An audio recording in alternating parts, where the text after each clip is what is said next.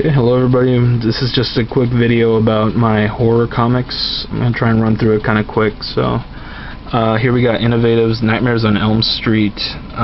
This was a limited series back around 1993 or so, back when I think The Dream Child or Freddy's Dead came out. And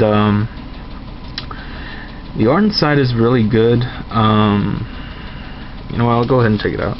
The art inside, I think, is by Tony Scott, the same guy that did, who did it? Well, I'm sure when you see the art, you'll know what he's done. Well, actually, that's an ad for Quantum Leap comic book.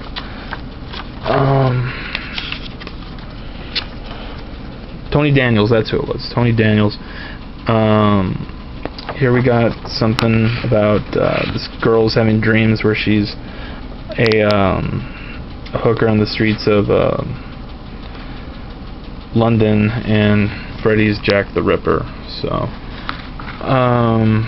she gets plagued by these dreams and whatnot, and you know, when people get the nightmares, that's when Freddy shows up. And you know, you got the art's real. Like I said, it's pretty good. And it brought back things from the movie. Like here, they show Nancy is actually alive, but she's not in the world. She's in a dream world. And there's a cover to issue 2, but I never got it because yeah, see, Freddy's Dead, that's ad for Freddy's Dead. I could never find it because I ordered them offline back a long time ago. But here's Jason X. This is just a standalone, an extra story from the Jason X universe, from Avatar Press, from their House of Horror New Line series. And this one was priced alright. It was $4. I'll get more to the pricing in a second. Here's an issue, my only issue of The Walking Dead. A friend of mine bought it. I think it's issue 24, and he read it and he was like, well, that's fine, but I'm not gonna buy any more of these comics. So here you go. And again, I won't turn down a free comic. So I went ahead and kept it. Here we got Jason, Friday the 13th, Jason versus Jason X, and this is a I guess kind of a what if story. And this is a limited edition red foil blood cover, certificate of authenticity, about 750 copies of this cover. That's issue 1. Here's issue 2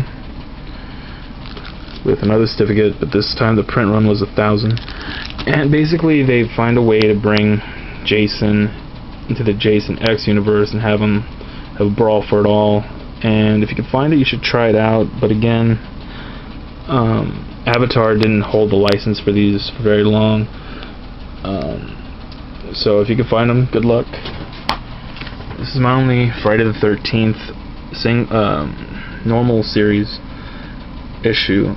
It's number 1 from Avatar, and if you see, the price is about it's $5.99, and I'm sorry, it's $6 for a comic, unless it's a trade paperback or something. I didn't want to have to do it all the time, so I just bought it to have it. So, and that one focused mainly on TNA, which so did this. This is Nightmare on Elm Street, also from Avatar Press. This is the first issue is still $6. And again, I don't feel like paying that much for a TNA comic. But at least here on issue 2, it was only $4. But this was the last one I bought from Avatar. Because like I said, I wasn't into paying that much of a price. Here we got Wild Storms, Friday the 13th miniseries. This is issue 1, issue 2, issue 3, issue 4. This is my favorite cover out of the series, just because it's so simple and pretty much encapsulates everything that is Friday the 13th. This one also just looks cool, but I hate snakes, so it kind of bugs me on that part. And the final issue for this miniseries. This feels a lot like a Friday the 13th story. You got just the right amount of TNA, you got the right amount of kills, and the writers know what they're doing with Jason. And I recommend this series. Like, I know it's out in trade, so you can find it, go ahead and pick it up. And here's a couple of Friday the 13th miniseries. Like, they came out in, this is a Friday the 13th Pamela's Tale prequel. This is issue 1. This is issue 2. And when you put them together, you get kind of a cool looking panoramic thing here. So, and like I said, it's just a prequel about what happened to Pamela when she was pregnant and with her husband and things like that. So if you want a little bit of history behind Jason, pick that up. And it's in a trade with these other books also. Friday the 13th, How I Spent My Summer Vacation. It's issue 1 and issue 2. This one is mainly, I think it's about Jason seeing a handicapped kid getting picked on, and he tries to defend him. And I guess this is when they were trying to, in the wake of Freddy vs. Jason, they try to make Jason a more sympathetic character. So I guess this mini also went along that vein. So here we got Friday the 13th, Abuser and the Abused. This is a standalone and kind of a alright book, and like I said, it's also included in the book with How I Spent My Summer Vacation and Pamela's Tales. This is about a girl who gets beaten up by her boyfriend, so she takes him to Camp Crystal Lake to think he's going to sleep with her, just so Jason could come out and kill him. So, very interesting, but it was okay. Like I said, I liked it. I thought it was okay. And we got the last 2 books that would come in that trade, Friday the 13th Badland. This is a story that kind of mirror each other about a Native American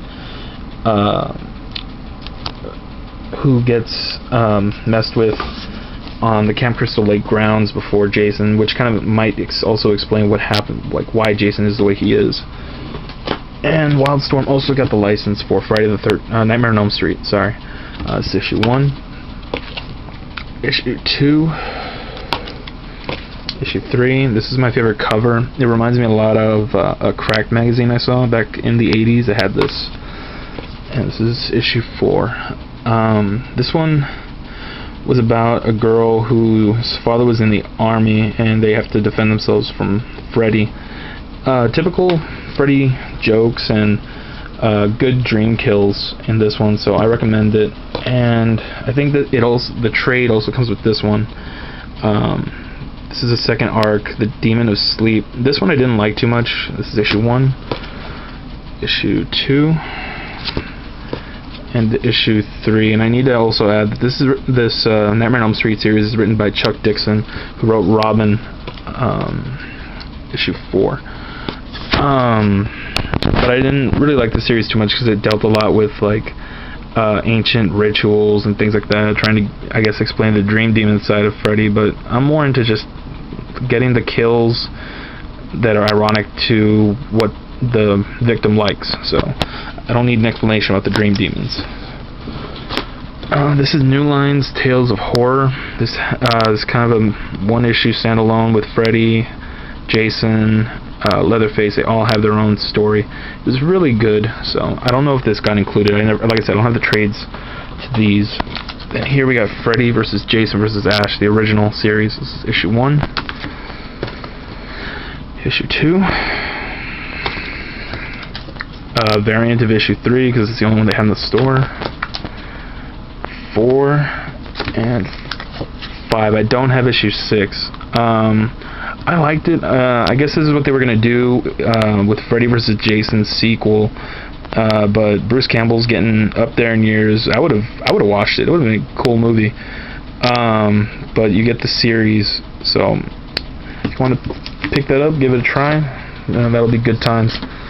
So that's gonna do it for my horror comics. So if you liked what you saw, subscribe, comment. Have a good one.